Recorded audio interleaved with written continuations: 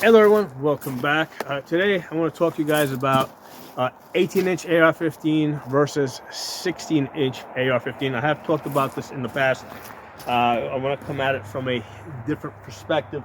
The perspective I have is I've got here an $800 scope, right? This is the primary arms 1 to 10 by 24, first focal plane GLX, okay, so 1 to 10. Would I rather have this scope on a 16-inch, or would I rather have it on an 18-inch? So I've already done a video where I've talked about the power in the 16-inch versus the 18-inch AR-15. The velocity out of the 18-inch barrel on average is about 50 feet per second more. Okay, I've actually run that through a chronograph, tested it. It doesn't translate to a whole lot more energy. Okay, so that's really not that big of an issue. On the accuracy side, I can tell you guys that the 18-inch ARs, right, and I got two of them here, got the Ruger MPR, that's a cold hammer forged barrel. I've got the Palmetto 223 Wild, okay, that's a stainless steel barrel. Okay, I've gotten half-inch groups or half MOA groups more frequently with 18 inches versus the 16-inch barrels, and that's with match ammunition. Now with target ammo, with good target ammunition, usually, quite often, quite frequently, I've gotten one MOA, okay, either 1 inch at 100 yards or 2 inches at 200 yards. So I get one MOA with target ammunition pretty frequently. Okay, now I've done that also with the 16-inch barrels, right? I've gotten half MOA with match ammunition, one MOA with a good target ammunition, but I get it less frequently. Okay, so both guns can deliver. It's just that the 18-inch barrels seem to deliver the better groups more frequently. Okay, now I don't necessarily think that it's a matter of length. The issue a lot of times with the 18-inch barrels is because they're just more expensive, right?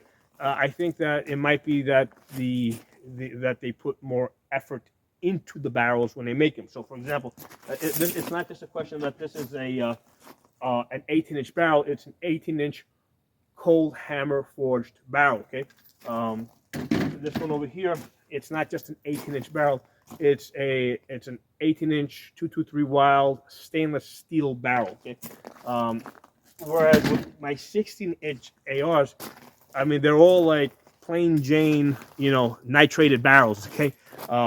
So that might be the reason why I get the better groups more frequently with the 18-inch barrels versus the 16-inch barrels, okay?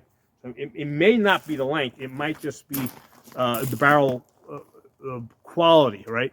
What the barrel, how the barrel is constructed and how it was rifled out. That may be the case. Now, this scope over here, which is it's a 1 to 10. It's very long. Okay, I think with the mount, I think it came out to like one pound, 1.8 pounds or something like that. Okay, so it's more than a little bit more than a pound and a half. Right, so it wasn't like the pound and a half. It was like the pound 1.8. Okay, so a little bit more than a pound. So I've had this on these 18-inch barrels here, which it shot really well, really nice groups. However, what I found is on the 18-inch over here, this had Picatinny going all the way across the top, which with a red dot on here, not bad. I mean, it doesn't, you don't feel the extra weight. When I put a compact LPV on here, okay, not a big deal. When I put that one, this long LPVO on here, it went over it. It became just a little bit too heavy. I didn't like it. Took it off. I put it on the Palmetto. The Palmetto has the hybrid rail, so it's a little bit lighter. Okay, it actually feels lighter as it also has a lighter optic right now. But when I put that 1 to 10 on here, it was bearable. Okay, so on the one that had Picatinny rail all the way across the top, I didn't like it at all. When I put it on here, it was bearable. Okay, I didn't love it, but it was bearable. When I put it on this 16-inch here, right, which also is hybrid, so there's no Picatinny here, I ended up liking it a lot more. So even though this barrel is a little bit less accurate, okay, whereas with target ammunition, I shot it yesterday. I think the best that I got yesterday was 1 MOA. The best. Most of the groups came in at 1.5 MOA. I shot it again earlier, and this was at 200 yards. Okay, so at 200 yards. 200 yards, took 5 shots. 1, 2, 3, 4, 5. So the total group out of 5 shots is 4 inches. So that's a 2 MOA. Let's say that one shot out there was me or the ammo. I'm using. I was using these PMC X stacks, 55 grain. Okay. So I mean, this isn't like match stuff. They also have match stuff. This is just the target stuff. Okay. So let's say that this one shot out there was the ammunition. So at 200 yards, I got 3 inches, right? 1, 2, 3, 4.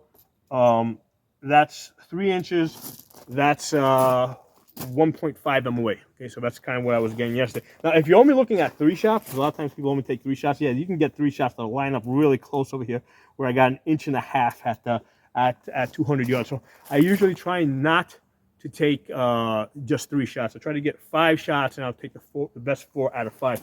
So I did it again, right? So I've got 4 out of 5 at 200 yards, 3 inches. I did it again. This time I must have been holding a little bit higher over here because my impacts were up here. Okay, so I got 3 shots really close here. 1, 2, 3 at 200 yards. I've got 1.25 inches at 200 yards, which is like a 0.75 MOA. I think that's just the ammunition. Sometimes you just, then the 4th shot was over here, okay, and that opened up the group to 3 inches. So so with the 4 out of 5, I got 1.5 MOA. Okay, the 5th shot I didn't take. I made a mistake. Instead of loading 5 rounds into my mag, I only loaded 4, and I lost count. So. And I was out. I backed up into the woods. I didn't have another round on me. So with this, we're going 4 out of 4. I got 3 inches, which works out to 1.5 MOA. So the 1.5 MOA on a 16-inch barrel is like I've seen it on many occasions with different kinds of ammunition. That seems to be what this averages with good target ammunition. Versus the 18-inch ones, they seem to average the 1 MOA more frequently. So even though this is a 0.5 MOA less accurate, okay, just because it's a shorter barrel, more comfortable to hold, especially if you're doing like manipulations, if you want to lock the gun open. This is a lot easier, especially if you got gear on and stuff like that, or if you're in the field or in the woods. This is a lot easier to hold one-handed. If this scope was going to stay on, if this scope was going to stay on one of these AR-15s, it would probably stay on a 16-inch, okay? Just because even though it's a 0.5 MOA lighter, it's still easier to work with, okay? So now it's not going to stay on here because it's actually the last day that it's going to be on this AR-15. My new AR-10 upper, my 16-inch AR-10 upper, I got a notification. It got delivered to my house. So tomorrow it's going on that. Okay, so that's the last day that I am shooting 5.56 with with this scope. At least for who knows for how long. It'll be a while before it comes off that rifle, I think. So that's why I want. This is kind of like, okay, last day shooting. Last day that this scope is going to be on an AR-15 before it goes on the AR-10. Let's shoot it. Let's see what it does. So. This is it. I got basically 1.5 MOA. Anyway, the point of this video is that even though the 18-inch ARs might be more accurate, might deliver or do deliver a little bit more power, I think 16-inch is still the best. Is going to be the best option for most cases. It's just a lighter gun. It's accurate enough. It's got enough energy. If you need more energy, you can always put a more powerful bullet into it, like a green tip or 77 grain. if you need to get out a little bit further. So yeah, 16 like 18 inches are nice, but 16-inch is the most practical if you're going to be doing other stuff than just shooting bench to something, or like or if you're actually going to be going through the woods, right, or traveling across the field with some gear, so you can set yourself up. You're gonna appreciate the lighter gun. Okay, so drop some comments. Let me know what you guys think. I'll talk to you all soon.